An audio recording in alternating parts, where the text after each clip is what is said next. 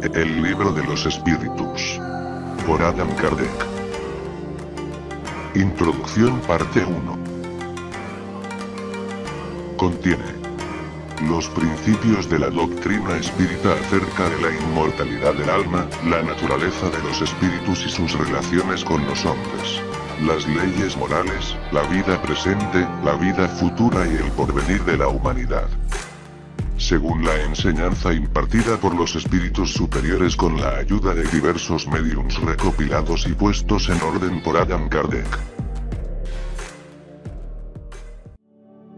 Introducción al estudio de la doctrina espírita.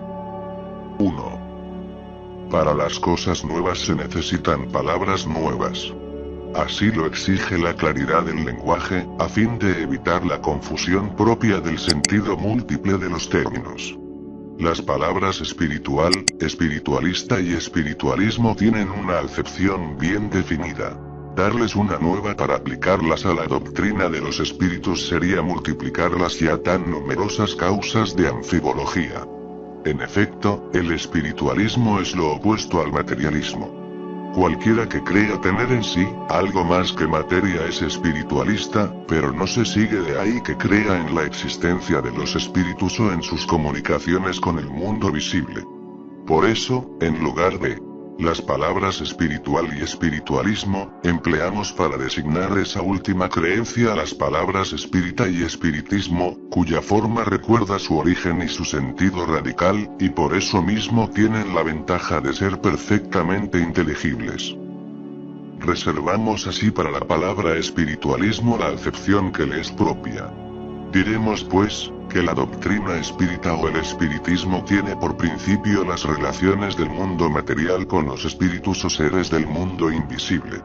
Los adeptos del espiritismo serán los espíritas, o, si se prefiere, los espiritistas.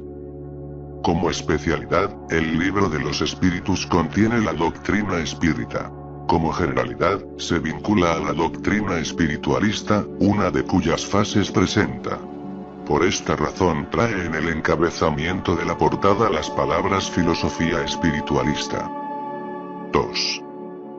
Hay otra palabra acerca de la cual también es importante ponerse de acuerdo, porque es una de las claves de bóveda de toda doctrina moral, y la causa de numerosas controversias a falta de una acepción bien determinada. Nos referimos a la palabra alma. La divergencia de opiniones en torno a la naturaleza del alma proviene de la aplicación particular que cada uno hace de esa palabra. Una lengua perfecta, en la que cada idea estuviese representada por un término exclusivo, evitaría muchas discusiones. Con una palabra para cada cosa, todos nos entenderíamos. Según algunos, el alma es el principio de la vida material orgánica. No tiene existencia propia, y cesa con la vida. Se trata del materialismo puro. En este sentido, y por comparación, cuando se refieren a un instrumento roto, que ya no emite sonido, dicen que no tiene alma. De acuerdo con esta opinión, el alma sería un efecto y no una causa. Otros piensan que el alma es el principio de la inteligencia, agente universal del que cada ser absorbe una porción. Según ellos, no habría en todo el universo más que una sola alma, que distribuye chispas entre los diversos seres inteligentes durante la vida de estos. Después de la muerte, cada chispa retorna a la fuente común donde se confunde con el todo. Como los arroyos y los ríos retornan al mar del que han salido. Esta opinión difiere de la precedente en que sostiene la hipótesis según la cual hay en nosotros algo más que materia y queda algo después de la muerte. No obstante, es casi como si no quedara nada. Puesto que, al no existir más la individualidad, ya no tendríamos conciencia de nosotros mismos. Con arreglo a esta opinión, el alma universal sería Dios, y cada ser una porción de la divinidad. Se trata de una variedad del panteísmo. Según otros, finalmente, el alma es un ser moral, distinto, independiente de la materia. Y que conserva su individualidad después de la muerte. Esta acepción es, sin duda, la más general, porque con un nombre u otro, la idea de ese ser que sobrevive al cuerpo se encuentra en estado de creencia instintiva e independiente de toda enseñanza, en todos los pueblos, sea cual fuere su grado de civilización.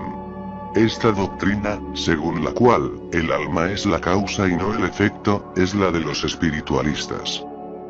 Sin discutir el mérito de dichas opiniones, y considerando tan solo el lado lingüístico del asunto, diremos que esas aplicaciones de la palabra alma, constituyen tres ideas distintas, cada una de las cuales requeriría un término diferente.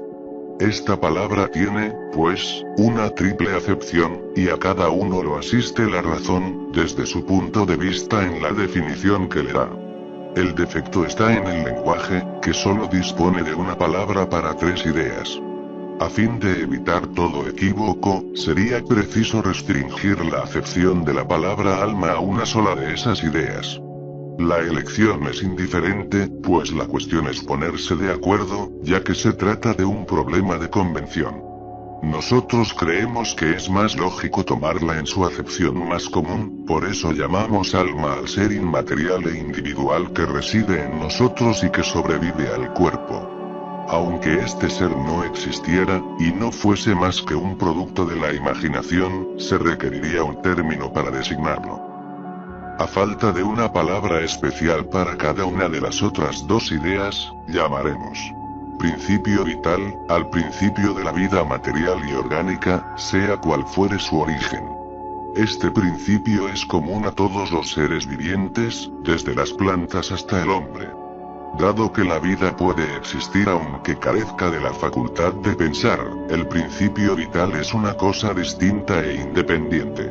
La palabra vitalidad no expresaría la misma idea. Para algunos, el principio vital es una propiedad de la materia, un efecto que se produce cuando la materia se encuentra en determinadas circunstancias. Según otros, y esta es la idea más común, reside en un fluido especial, universalmente distribuido y del cual cada ser absorbe y asimila una parte durante la vida, así como vemos a los cuerpos inertes absorber la luz. Este sería entonces el fluido vital que, conforme a ciertas opiniones, no sería otro que el fluido eléctrico animalizado, designado también con los nombres de fluido magnético, fluido nervioso, etc. Sea lo que fuere, es un hecho indiscutible, pues se trata de un resultado de la observación, que los seres orgánicos tienen en sí una fuerza íntima que produce el fenómeno de la vida mientras esa fuerza existe. Que la vida material es común a todos los seres orgánicos e independiente de la inteligencia y del pensamiento. Que tanto la inteligencia como el pensamiento son facultades propias de ciertas especies orgánicas. Por último, que entre las especies orgánicas dotadas de inteligencia y de pensamiento una de ellas está provista de un sentido moral especial que le da una incontestable superioridad sobre las otras. La especie humana. Se entiende que, con una acepción múltiple, la palabra alma no excluye al materialismo ni al panteísmo. El propio espiritualista puede muy bien entender al alma según una u otra de las dos primeras definiciones, sin perjuicio del ser inmaterial distinto, al que dará entonces cualquier otro nombre. Así pues, esa palabra no es representativa de una opinión, sino un proteo que cada uno acomoda a su manera. De ahí el origen de tantas interminables disputas. También se evitaría la confusión, aunque nos sirviéramos de la palabra alma en los tres casos, si se le añadiese un calificativo que especificara el punto de vista a la luz del cual se la considera, o la aplicación que se le da. Sería, entonces, una palabra genérica, que representaría a la vez el principio de la vida material, el de la inteligencia y el del sentido moral, y se la distinguiría mediante un atributo. Así como los gases, por ejemplo, que se distinguen al añadirles las palabras hidrógeno, oxígeno o nitrógeno. Así, podríamos decir, y tal vez sería lo mejor, alma vital para nombrar el principio de la vida material, alma intelectual para el principio de la inteligencia, y alma espírita para el principio de nuestra individualidad después de la muerte. Como vemos, todo esto es una cuestión de palabras, pero una cuestión muy importante sobre la cual tenemos que ponernos de acuerdo. De este modo, el alma vital sería común a todos los seres orgánicos, plantas, animales y hombres. El alma intelectual sería propia de los animales y de los hombres, y el alma espírita pertenecería al hombre únicamente.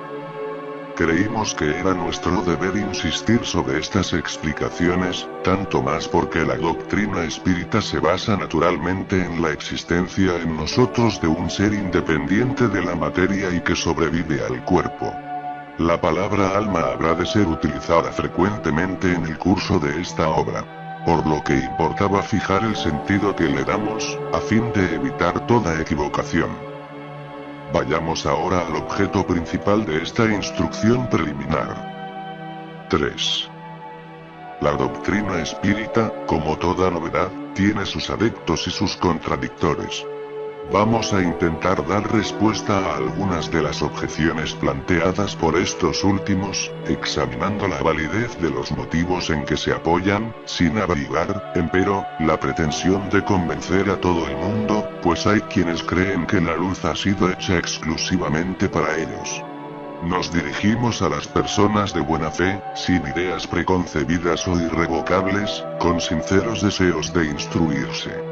Les demostraremos que la mayor parte de las objeciones que se le plantean a la doctrina proviene de una observación incompleta de los hechos y de una opinión formada con demasiada ligereza y precipitación. Recordemos ante todo, en pocas palabras, la serie progresiva de los fenómenos que han dado nacimiento a esta doctrina. El primer hecho observado fue el movimiento de objetos diversos. Se lo ha designado vulgarmente con el nombre de mesas giratorias o danza de las mesas.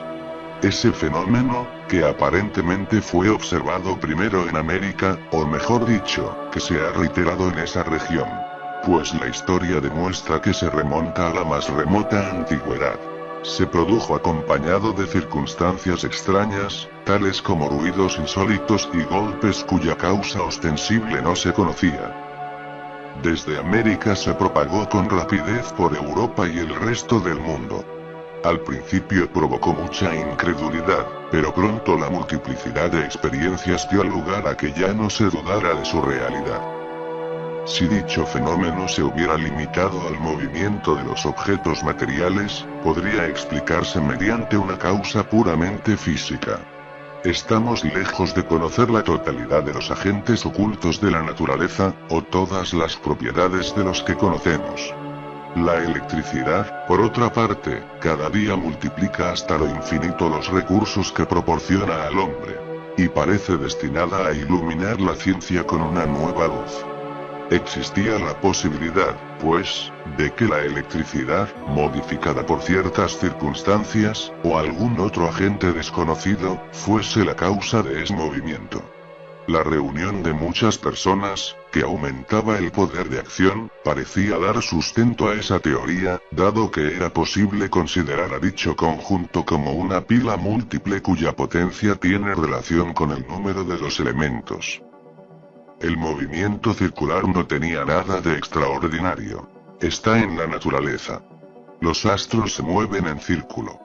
Podríamos, pues, tener en escala reducida un reflejo del movimiento general del universo. O mejor dicho, una causa hasta entonces desconocida. Estaba en condiciones de producir accidentalmente, con los objetos pequeños y en circunstancias determinadas, una corriente análoga a la que impulsa a los mundos. Sin embargo, el movimiento no siempre era circular. Solía ser brusco, desordenado. El objeto era violentamente sacudido, derribado, arrastrado en cualquier dirección e incluso, en oposición a las leyes de la estática, levantado del suelo y suspendido en el espacio. Con todo, nada había en esos hechos que no pudiera ser explicado mediante el poder de un agente físico invisible. ¿Acaso no vemos que la electricidad derriba edificios, arranca árboles, arroja lejos los cuerpos más pesados, los atrae o los repele? En la suposición de que los ruidos insólitos y los golpes no fuesen alguno de los efectos ordinarios de la dilatación de la madera o de alguna otra causa accidental, podían muy bien ser producidos por la acumulación de un fluido oculto. ¿No produce la electricidad los más violentos ruidos? Hasta aquí, como vemos, todo puede incluirse en el dominio de los hechos puramente físicos y fisiológicos. Más aún, sin salir de ese círculo de ideas, en esos hechos había materia para estudios serios y dignos de llamar la atención de los científicos. ¿Por qué no fue así? Es penoso decirlo, pero se debe a causas que prueban, entre otros 1000 hechos semejantes, la frivolidad del espíritu humano. Ante todo, la vulgaridad del principal objeto que sirvió de base a las primeras experimentaciones puede que no haya sido ajena. Cuánta influencia ha ejercido muchas veces una palabra sobre las cosas más importantes. Sin considerar que el movimiento podía ser transmitido a un objeto cualquiera, la idea de las mesas prevaleció, sin duda, porque una mesa era el objeto más cómodo y porque nos sentamos con mayor naturalidad alrededor suyo que de cualquier otro mueble. Ahora bien, los hombres superiores son a veces tan pueriles que no sería imposible que ciertos espíritus de élite hayan considerado ajeno a su competencia, el ocuparse de lo que se había convenido en llamar la danza de las mesas. También es probable que si el fenómeno descubierto por Albani hubiera sido observado por hombres vulgares, que lo hubiesen designado con un término burlón, habría quedado relegado junto a la varita mágica. En efecto, ¿cuál es el científico que no se habría sentido menoscabado al ocuparse de la danza de las ranas? Algunos, sin embargo, suficientemente modestos para admitir que la naturaleza podría no haberles dicho su última palabra, se propusieron observar, para descargo de sus conciencias. Pero sucedió que el fenómeno no siempre respondía a sus expectativas. Y como tampoco se producía constantemente conforme a su voluntad, o según su método de experimentación, han concluido por negarlo.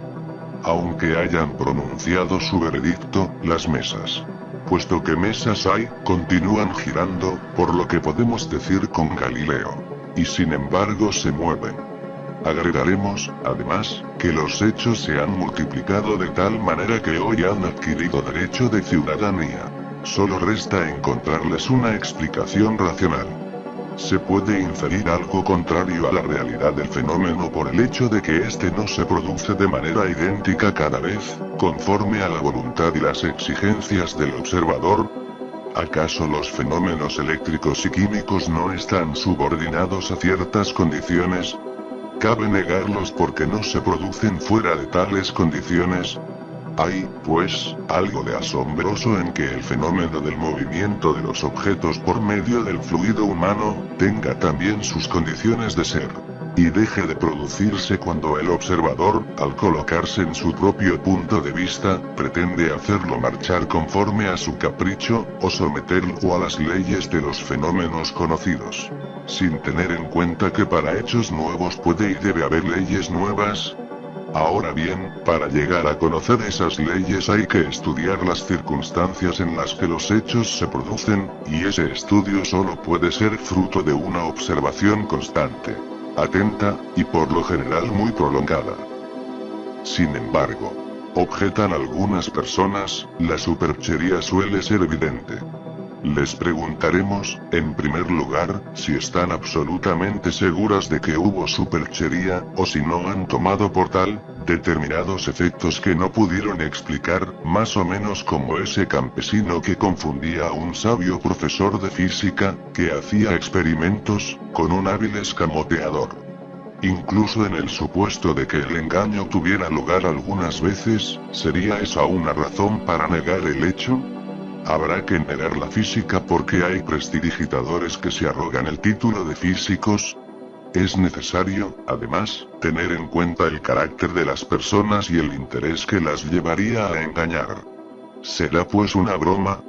Es posible divertirse durante algún tiempo, pero una broma mantenida indefinidamente resultaría fastidiosa tanto para el que engaña como para el que es engañado. Por otra parte, en una mistificación que se propaga de un extremo a otro del mundo, entre las personas más serias, honorables e instruidas, algo habría al menos tan extraordinario, como el propio fenómeno. 4. Si los fenómenos que nos ocupan se hubiesen limitado al movimiento de objetos, se habrían mantenido, como hemos dicho, en el dominio de las ciencias físicas.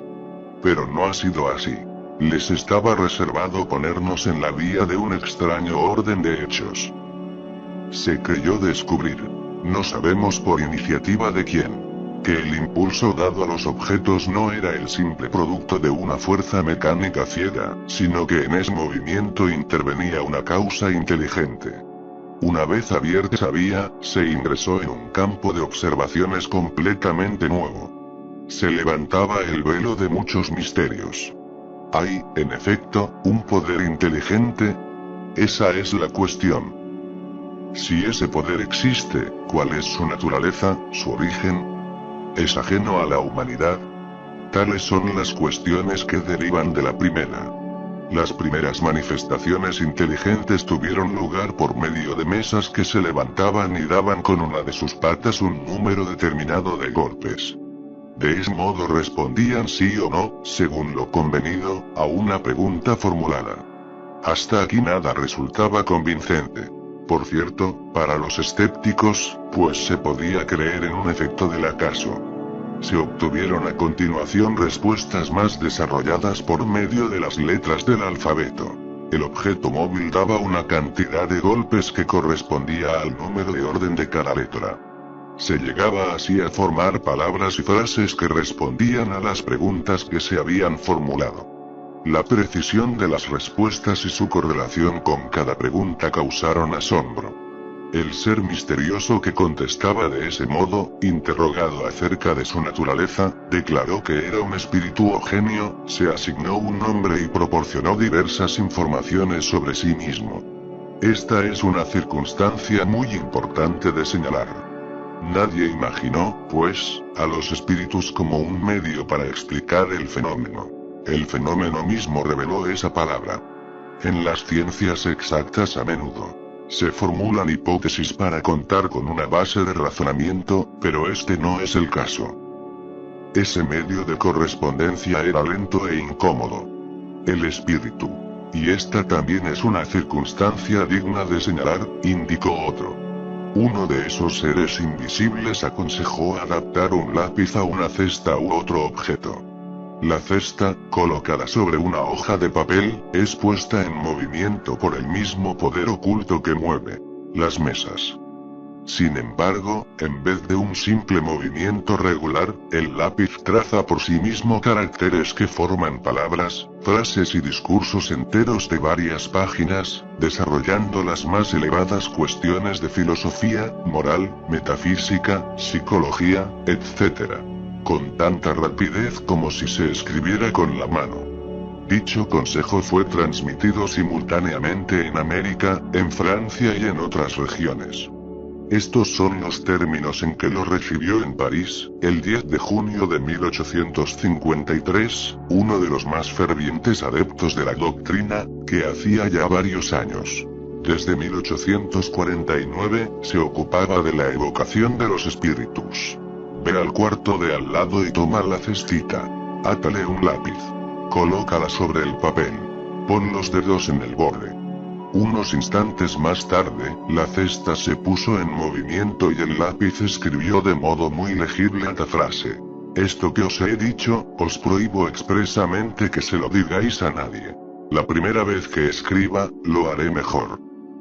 Dado que el objeto al que se adapta el lápiz no es más que un instrumento, su naturaleza y su forma son por completo indiferentes. Se ha buscado la disposición más cómoda. Por eso muchas personas hacen uso de una pequeña tablilla. La cesta, o la tablilla, solo se pone en movimiento bajo la influencia de ciertas personas dotadas en este aspecto de un poder especial, a quienes se ha designado con el nombre de mediums. Es decir, medio, o intermediarios entre los espíritus y los hombres. Las condiciones que otorgan ese poder dependen de causas a la vez físicas y morales aún imperfectamente conocidas, pues se encuentran mediums de todas las edades, de ambos sexos y en los más diversos grados de desarrollo intelectual. Esa facultad, además, se desarrolla con el ejercicio. 5. Posteriormente se reconoció que la cesta y la tablilla en realidad constituían un apéndice de la mano, y cuando el medium tomó directamente el lápiz, se puso a escribir por un impulso involuntario, casi febril. Por este medio las comunicaciones se tornaron más rápidas, fáciles y completas.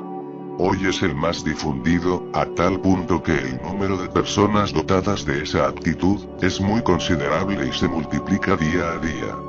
La experiencia, por último, permitió que se conocieran muchas otras variedades de la facultad mediadora, y se supo que las comunicaciones también podían tener lugar por medio de la palabra, el oído, la vista, el tacto, etc. E incluso a través de la escritura directa de los espíritus. Es decir, sin el concurso de la mano del medium ni del lápiz. Una vez producido el hecho, restaba constatar un punto esencial: el papel del medium en las respuestas y su grado de participación en las mismas, tanto mecánica como moralmente. Dos circunstancias principales, que no escaparían a un observador atento, permiten resolver la cuestión. La primera es el modo en que la cesta se mueve bajo la influencia del medium. Con solo apoyar los dedos en el borde. El examen demuestra la imposibilidad de imprimirle alguna dirección. Esa imposibilidad resulta patente, sobre todo, cuando 2 o 3 personas se colocan al mismo tiempo frente a la misma cesta. Debería haber entre ellas una concordancia de movimientos verdaderamente extraordinaria. Sería menester, además, concordancia de pensamientos para que se pusieran de acuerdo acerca de la respuesta que habrían de dar a la pregunta formulada. Otro hecho, no menos singular, viene también a aumentar la dificultad. Es el cambio radical de la escritura según el espíritu que se manifiesta, pues cada vez que un mismo espíritu regresa, su letra se repite. Por consiguiente, el medium tendría que dedicarse a cambiar su propia escritura de 20 maneras diferentes. Y sobre todo, recordar cuál pertenecía a cada espíritu. La segunda circunstancia resulta de la naturaleza misma de las respuestas, que se encuentran casi siempre, sobre todo cuando se trata de cuestiones abstractas o científicas, notoriamente por encima de los conocimientos. Y en ocasiones, del alcance intelectual del medium. Además, por lo general, este no tiene conciencia de lo que se escribe bajo su influencia. Y muy a menudo no escucha o no comprende siquiera la pregunta, puesto que la misma puede ser formulada en una lengua que le resulte extraña, o incluso mentalmente. También podrá recibir la respuesta en ese mismo idioma. Sucede con frecuencia, por último, que la cesta escribe de modo espontáneo, sin una pregunta previa, acerca de un asunto cualquiera y absolutamente inesperado. Esas respuestas tienen, en ciertos casos, un sello tal de sabiduría, de profundidad y exactitud. Revelan pensamientos tan elevados y sublimes, que no pueden emanar más que de una inteligencia superior, identificada con la moralidad más pura. Otras veces son tan superficiales, frívolas e incluso triviales, que la razón se rehúsa a admitir que procedan de la misma fuente. Esa diversidad de lenguaje solo encuentra una explicación en la diversidad de las inteligencias que se manifiestan. Dichas inteligencias, pertenecen a la humanidad, o son ajenas a ella.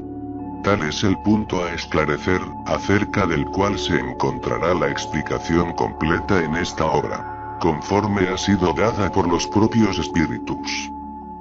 Se trata, pues, de efectos patentes que se producen fuera del círculo habitual de nuestras observaciones.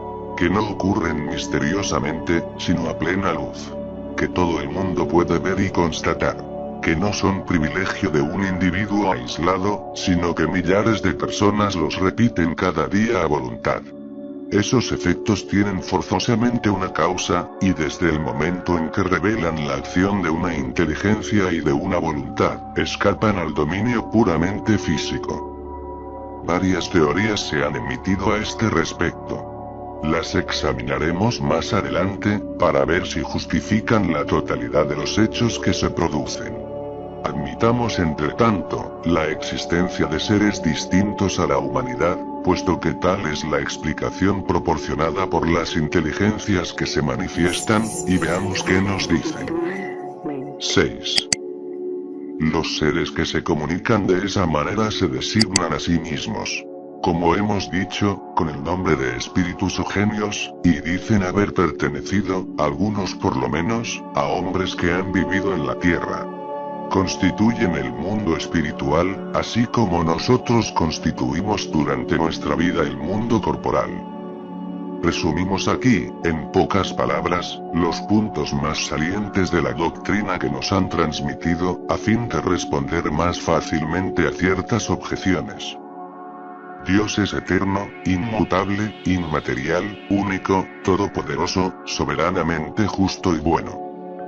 Él ha creado el universo, que comprende la totalidad de los seres animados e inanimados, materiales e inmateriales. Los seres materiales constituyen el mundo visible o corporal, y los seres inmateriales el mundo invisible o espírita, es decir, de los espíritus.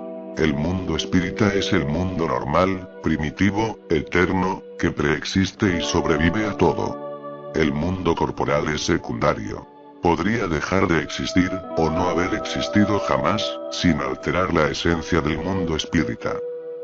Los espíritus se revisten temporalmente con una envoltura material perecedera, cuya destrucción por la muerte los devuelve a la libertad. Entre las diferentes especies de seres corporales, Dios ha escogido a la especie humana para la encarnación de los espíritus que han alcanzado cierto grado de desarrollo, lo que le da superioridad moral e intelectual sobre las demás. El alma es un espíritu encarnado cuyo cuerpo es solamente la envoltura. En el hombre hay tres elementos. Primero, el cuerpo o ser material, análogo al de los animales y animado por el mismo principio vital. Segundo, el alma o ser inmaterial, espíritu encarnado en el cuerpo. Tercero, el lazo que une el alma al cuerpo, principio intermediario entre la materia y el espíritu. Son dos pues, las naturalezas del hombre. Por su cuerpo participa de la naturaleza de los animales.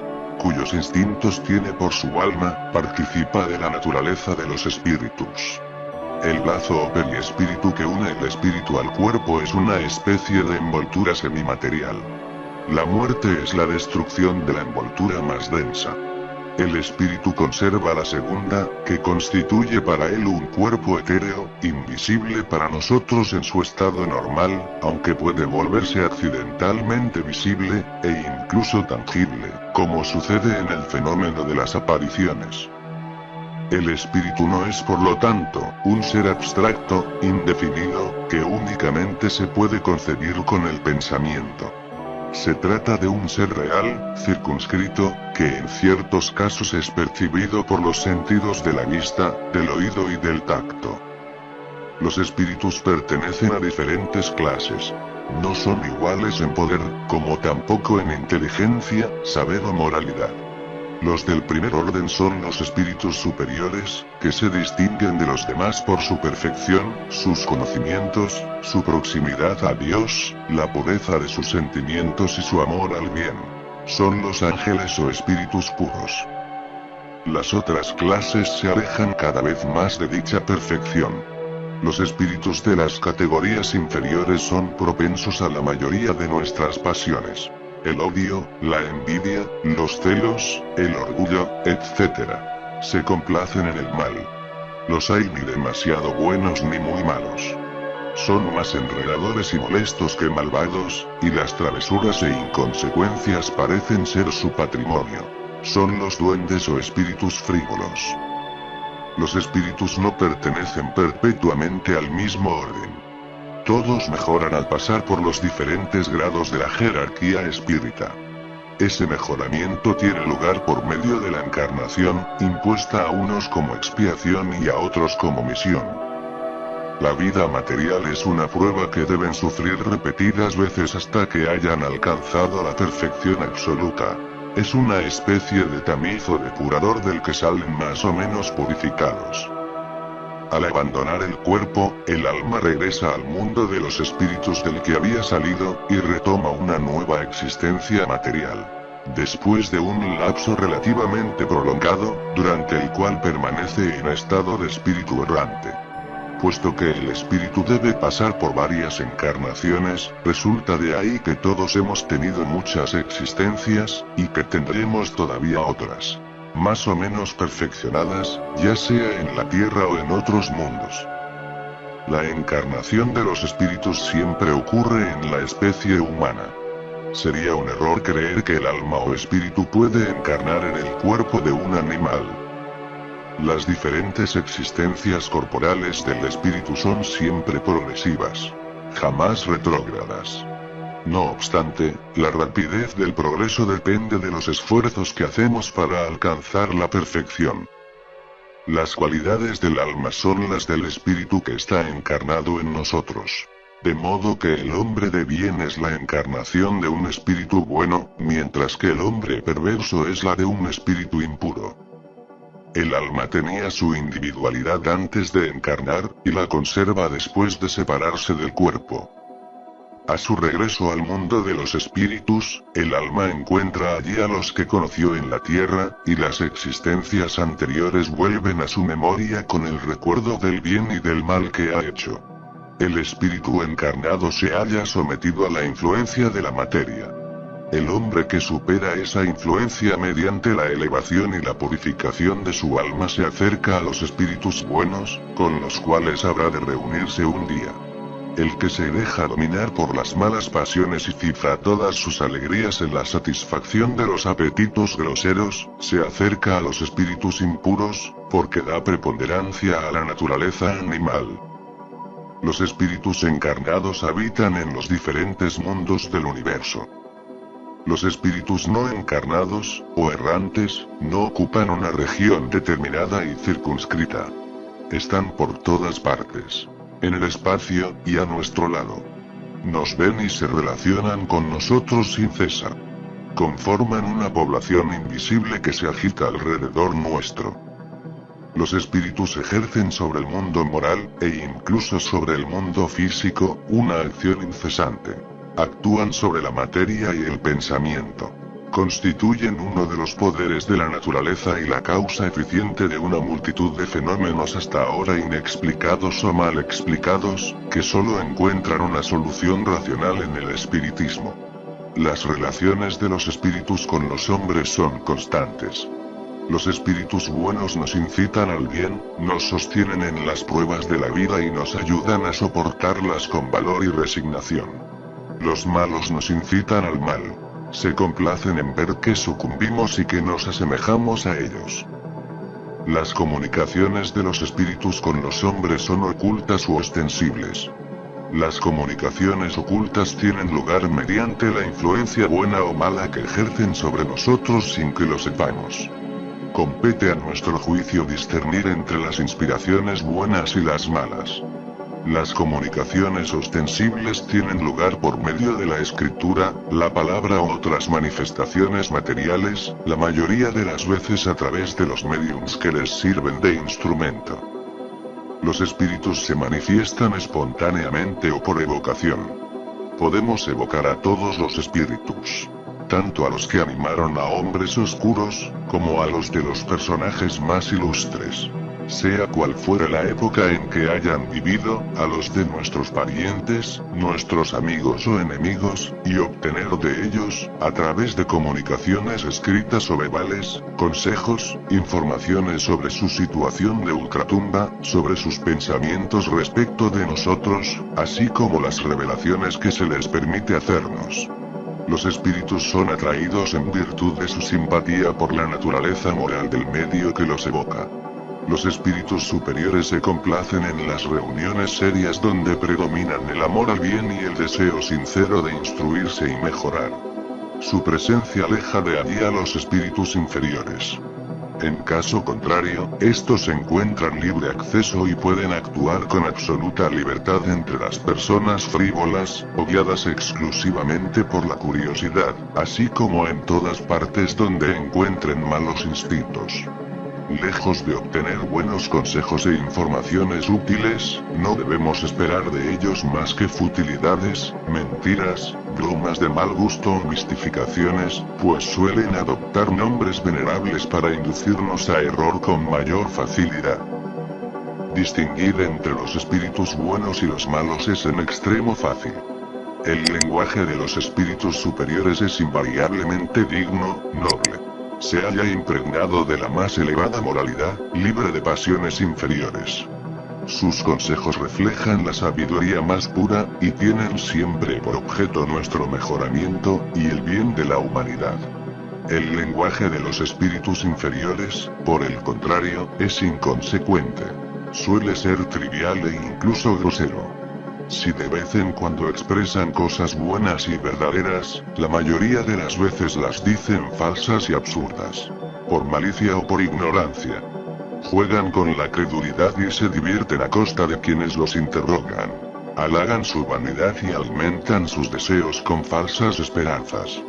En resumen, las comunicaciones serias, en la más amplia acepción de la palabra, solo tienen lugar en los centros serios, cuyos miembros se hallan unidos por una comunión íntima de pensamientos con miras al bien. La moral de los espíritus superiores se resume, como la de Cristo, en la máxima evangélica que recomienda actuar para con los otros como quisiéramos que los otros actuasen para con nosotros mismos. Es decir, hacer el bien y no el mal. El hombre encuentra en este principio la regla universal de conducta, incluso para sus más insignificantes acciones. Nos enseñan que el egoísmo, el orgullo y la sensualidad son pasiones que nos acercan a la naturaleza animal y nos sujetan a la materia. Que el hombre que, desde este mundo, se desapega de la materia mediante el desprecio a las futilidades mundanas y la práctica del amor al prójimo, se acerca a la naturaleza espiritual. Que cada uno de nosotros debe hacerse útil según las facultades y los recursos que Dios ha puesto en nuestras manos para probarnos. Que el fuerte y el poderoso deben apoyo y protección al débil. Pues quien abusa de su fuerza y de su poder para oprimir al semejante, transgrede la ley de Dios. Enseñan, por último, que en el mundo de los espíritus, donde nada se puede ocultar, el hipócrita será desenmascarado y sus torpezas habrán de ser descubiertas. Que la presencia inevitable y constante de aquellos para con los cuales hemos actuado mal, es uno de los castigos que se nos reservan. Que al estado de inferioridad y superioridad de los espíritus le corresponden penas y goces que desconocemos en la tierra.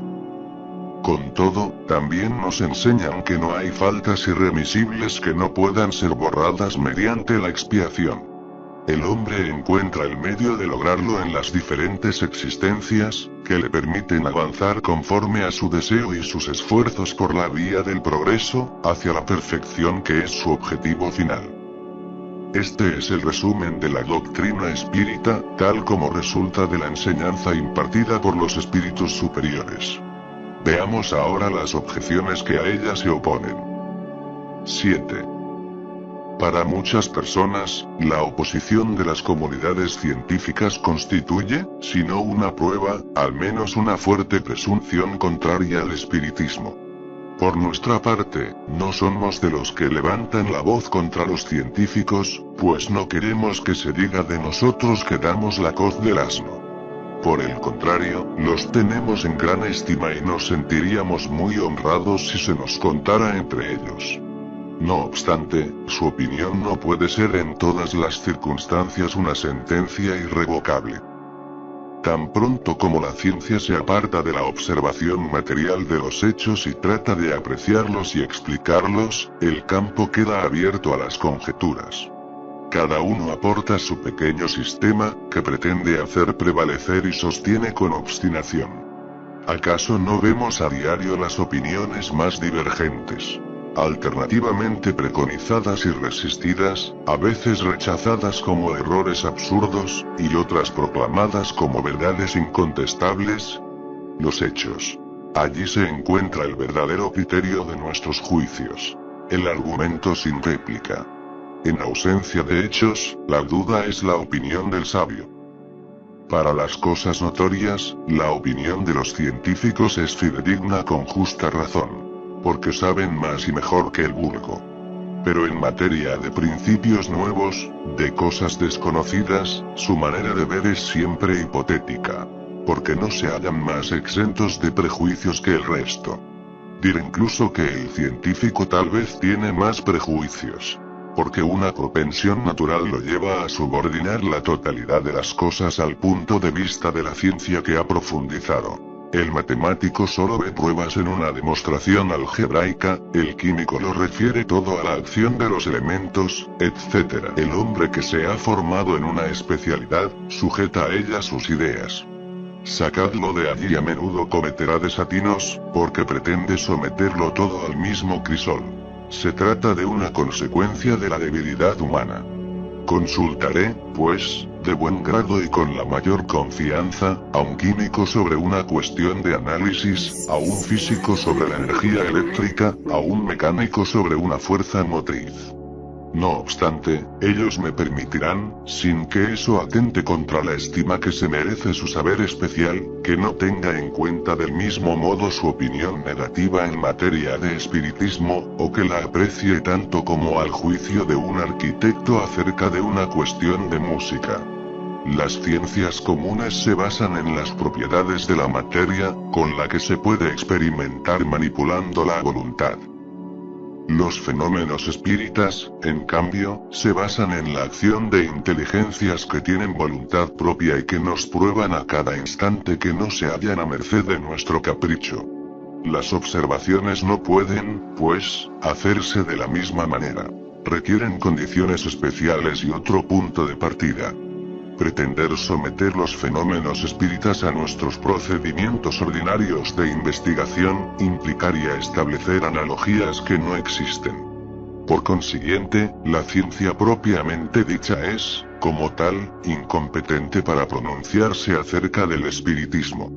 No debe ocuparse de él, y su opinión, sea cual fuere, favorable o no, no tendrá peso alguno. Adherir al espiritismo es el resultado de una convicción personal, que los científicos pueden tener en cuanto individuos, independientemente de su condición de científicos. Con todo, querer encomendar la cuestión a la ciencia, equivaldría a hacer decidir acerca de la existencia del alma a una asamblea de físicos o de astrónomos. En efecto, el espiritismo se basa por completo en la existencia del alma y en el estado de ésta después de la muerte. Ahora bien, es extremadamente ilógico suponer que un hombre deba ser un excelente psicólogo por el hecho de que sea un gran matemático o un gran anatomista.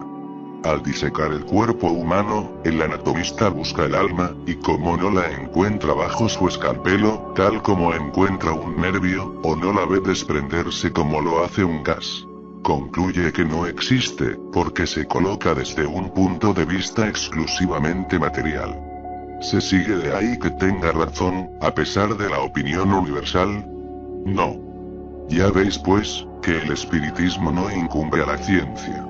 Cuando las creencias espíritas se hayan divulgado, cuando hayan sido aceptadas por las masas, y a juzgar por la rapidez con que se propagan, esa época no está muy lejos, sucederá con esas creencias lo que con todas las ideas nuevas que han encontrado oposición.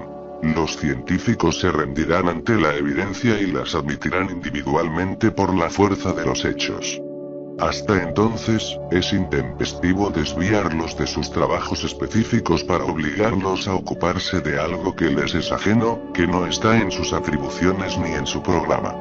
Entretanto, aquellos que, sin un estudio previo y profundo del asunto, se pronuncian por la negativa, y se mofan de cualquiera que no sea de su parecer, olvidan que ha sucedido lo mismo con la mayor parte de los grandes descubrimientos que honran a la humanidad. se exponen a leer sus nombres en la lista de los ilustres proscriptores de las ideas nuevas, donde se menciona a los miembros de la docta asamblea que en 1752 acogió con una inmensa carcajada la memoria de Franklin sobre pararrayos, pues la consideraba indigna de figurar entre las numerosas comunicaciones que se le dirigían a los de aquella otra asamblea que hizo que Francia perdiera el beneficio de la iniciativa de la Marina de Vapor, cuando declaró que el sistema de Fulton era un sueño impracticable. Así procedieron, pese a que eran temas de su competencia. Por consiguiente, si esas asambleas, que contaban en su seno a la élite de los científicos del mundo, no han tenido más que bromas y sarcasmos para ideas que no comprendían. Ideas que algunos años más tarde habrían de revolucionar la ciencia, las costumbres y la industria. ¿Cómo habremos de esperar que un tema ajeno a sus trabajos obtenga mejor acogida? Tales errores, lamentables para la memoria de quienes los cometieron, no podrían quitarles los títulos que en otros aspectos han obtenido y por los cuales se merecen nuestra estima. Pero, ¿es necesario un diploma oficial para estar provisto de buen sentido? ¿Acaso fuera de los sillones académicos no hay más que tontos e imbéciles? Obsérvese bien a los adeptos de la doctrina espírita, y se verá que entre ellos no solo hay ignorantes. También se verá un número inmenso de hombres de mérito que la han abrazado, lo cual impide que se la relegue a la categoría de las creencias de las criadas. Por el carácter y el saber de esos hombres, vale la pena que se diga. Si ellos afirman la doctrina espírita, es preciso que al menos contenga algo de cierto. Una vez más repetimos que si los hechos que nos ocupan se hubiesen limitado al movimiento mecánico de los cuerpos, la investigación de la causa física de ese fenómeno entraría en el dominio de la ciencia. Pero como se trata de una manifestación ajena a las leyes de la humanidad, se aparta de la competencia de la ciencia material, pues no puede ser explicada mediante el cálculo ni la fuerza mecánica. Cuando surge un hecho nuevo que no depende de ninguna ciencia conocida para estudiarlo, el científico debe prescindir de su ciencia y decirse a sí mismo que se trata de un estudio nuevo para él, que no puede llevarse a cabo con ideas preconcebidas. El hombre que crea que su razón es infalible se encuentra muy cerca del error. Incluso los que tienen las ideas más falsas se apoyan en la razón, y en virtud de ello rechazan lo que les parece imposible. Los que antaño han negado los admirables descubrimientos con que la humanidad se honra, apelaban a ese juez para rechazarlos. Lo que llamamos razón, con frecuencia no es más que orgullo disfrazado, y cualquiera que se considere infalible se coloca en un pie de igualdad con Dios. Nos dirigimos pues, a los que son suficientemente sabios como para no negar lo que no han visto y que, como juzgan el porvenir teniendo en cuenta el pasado, no creen que el hombre haya llegado a su apogeo, ni que la naturaleza le haya mostrado la última página de su libro.